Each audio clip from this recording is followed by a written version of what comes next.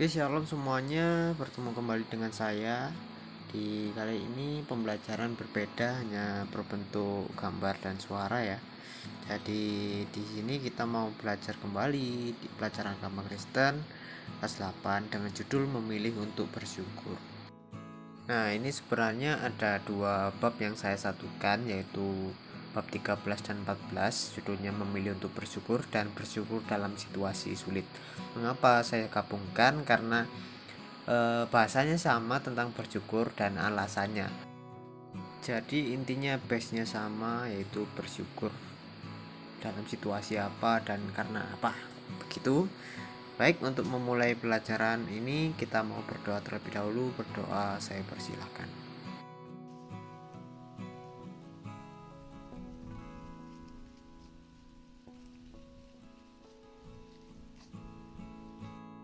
Oke, kita bersama sudah berdoa dan kita mau memulai pelajaran dengan tema bersyukur ini. Oke, di dalam tema bersyukur ini kita mendapatkan 4 hal yang dapat dilakukan agar kita dapat belajar bersyukur. Menimbang mungkin rasa bersyukur ini sangat sulit untuk dilakukan karena manusia itu punya egonya masing-masing. Itulah yang membebani manusia. Jadi kita di sini belajar mengenai 4 hal yang harus dilakukan agar kita dapat bersyukur.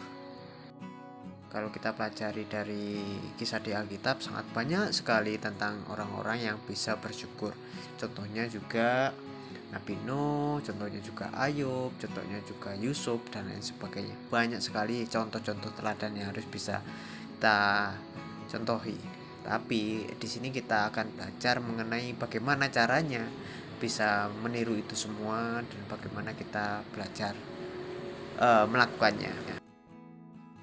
Nah, jadi apa saja kita di sini dapat ketahui? Yang pertama adalah fokuskan pikiran terhadap kasih karunia Tuhan. Lihat sekeliling kita selalu ada yang bisa kita syukuri. Nah, jadi di sini kita disuruh untuk fokus ya, tidak boleh terledor, tidak boleh pikiran yang lambiar kemana-mana. Yang pertama, fokus melihat kasih karunia Tuhan. Tuhan memberikan apa sih kepada kita? Tuhan memberikan sesuatu apa sih untuk kita nikmati di sini. Kehidupan itu tidak melulu tentang suka dan kesenangan saja, tapi duka juga ada. Tapi bagaimana kita menyikapinya, tentang apa yang kita dapatkan. Contohnya seperti nafas, kehidupan, dan mungkin berkat-berkat sekecil apapun bisa kita lihat.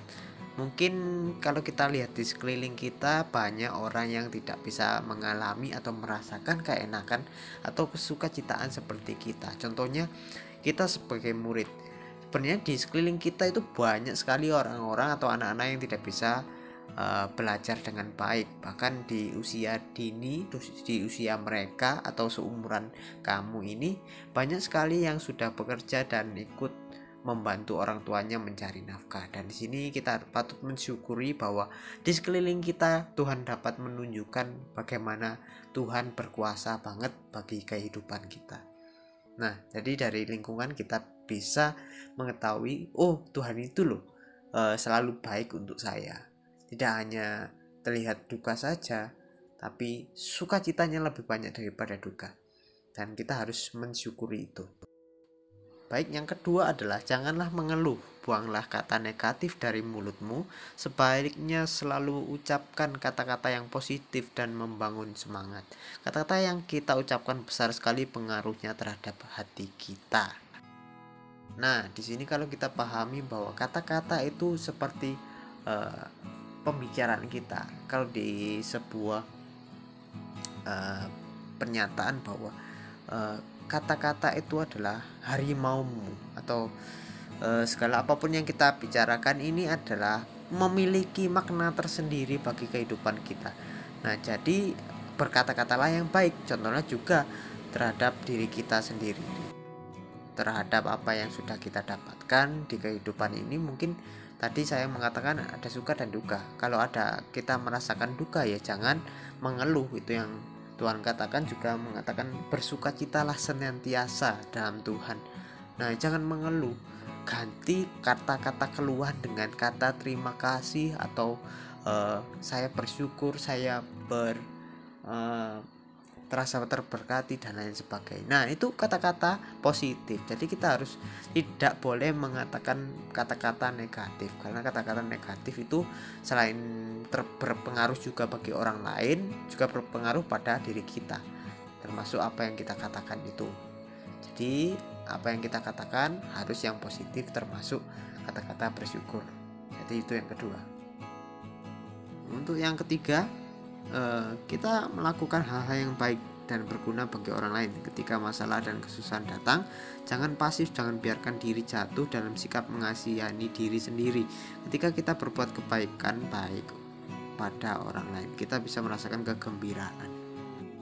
Nah, ini cenderung sikap kita, bagaimana kita mau bersyukur.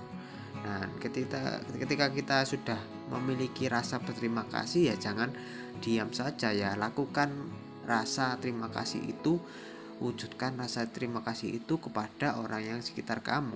Selain kita mengawali dengan rasa syukur, berdoa, berterima kasih pada Tuhan, kita juga harus aktif, tidak boleh pasif ketika kita sudah diberkati.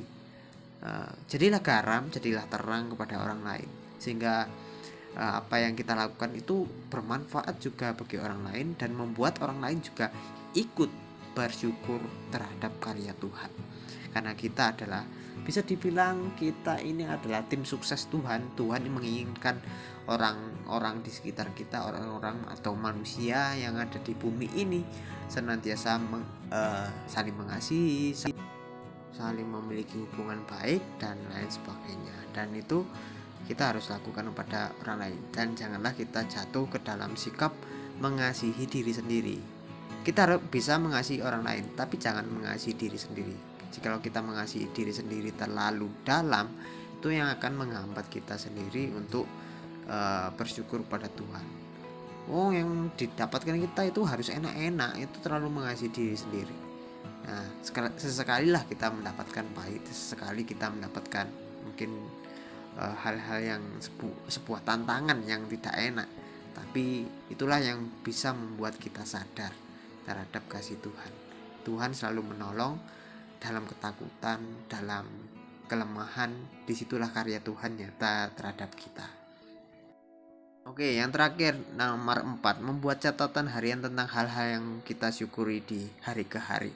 Nah, ini sebenarnya tidak perlu dilakukan secara tertulis ya. Ini cukup kita ingat. Kalau kamu mau menuliskan catatan bersyukur atas hari ke hari, ya baik sih. Dan itu akan membantu kamu untuk mengetahui kasih Tuhan terhadap kita itu apa. Kalau tidak ingat, sebenarnya kasih Tuhan itu senantiasa, setiap detik, setiap waktu kita dapat rasakan. Mungkin kita saja yang kurang peka, kurang tahu ya, karena Tuhan itu sangat mengasihi kita. Oke, ini saja yang dapat saya sampaikan tentang mengapa kita bersyukur. Karena Tuhan sangat baik, Tuhan sangat mengasihi kita, Tuhan lebih dulu melayani kita, mengasihi kita. Dan dalam situasi sulit, kalau di bab 4 ya tetaplah seperti yang nomor 1 sampai 4 ini saya jelaskan, supaya kalian bisa mengadakan syukur kepada Tuhan, supaya bisa menularkan rasa syukur pada orang lain. Oke, itu saja yang bisa saya sampaikan. Semoga bermanfaat dan semoga kalian memahaminya. Dan jikalau ada yang ditanyakan, silakan ditanyakan via WA. Dan berikutnya adalah tugas yang bisa kalian kerjakan. Tugas 1 untuk tugas 13. Tuhan Yesus memberkati.